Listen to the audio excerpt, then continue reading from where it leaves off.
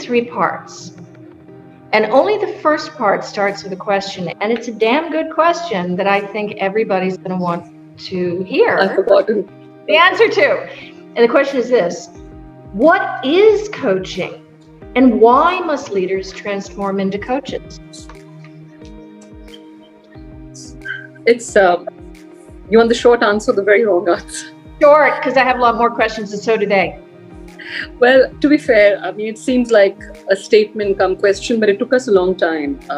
And my editor had a point of view, and we went back and forth a few times. But there's a reason that there is a question. What is coaching?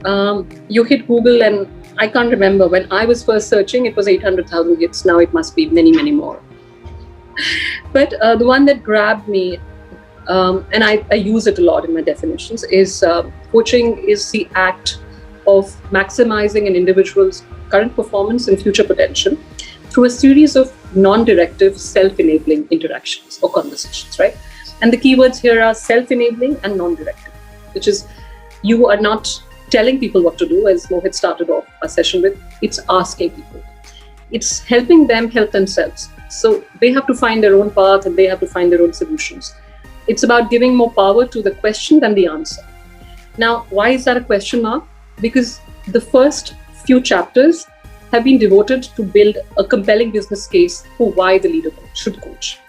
And I say that because if you look at all the data and research, despite all the evidence telling us that your manager or your boss is the single most important factor in an employee's engagement, productivity, and this is something we've known for a very long time, we also know that most managers do not coach. And when they do, they're just abysmal at coaching.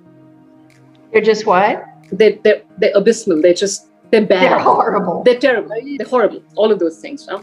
Right. And it's not always malintent. It's because we've been conditioned to always have the answers.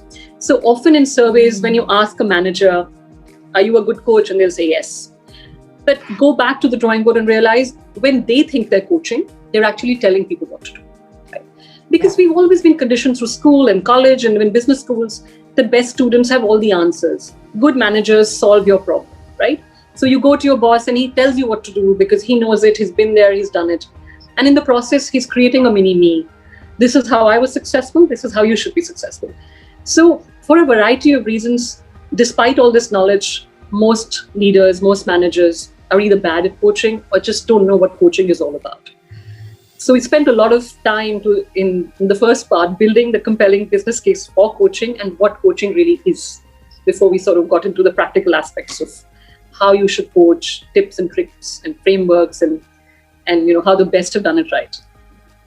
In a stable corporate hierarchy, industrial age management, shouldn't the manager be teaching what he or she does to the lowers up so they can go up and do the same thing? Yes and no, because teaching is great, coaching as well, absolutely. And I think you said that in one of the LinkedIn posts that you put up. But coaching comes in many ways. You teach, you instruct at times, you ask a lot. But what's also changed for us is the narrative around leadership has changed, right? Prior to World War II, we were these self-contained businesses. Post-World War II, we had some offshore operations, sales, manufacturing. And now, today, it's a VUCA world. We're wired, digitized. It's a very complex network of alliances and supply chain. No leader can have all the answers. And frankly, no leader can do it all. So you need to leverage the collective intelligence of the people. And in order to leverage that intelligence, you need to ask them questions. You need to give them a platform to voice their suggestions, like the pandemic has shown us, right? Nobody had the answers. And that is also coaching. Coaching is not a 30-minute slot in your conference room that you block 30 minutes from now. Coaching is all of this. It's giving people exposure. It's giving them a platform to air their thoughts. It's creating a safe space so that they can think and innovate and do things differently. All of that is coaching. So in a VUCA world and in a time of organizational change, now is the time when organizations are not stable.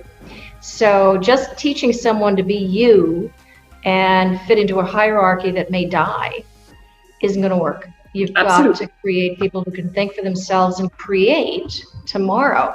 One of the things I loved in your book was a quote from Mahatma Gandhi, who famously said, "A sign of a good leader is not how many followers you have, but how many leaders you create."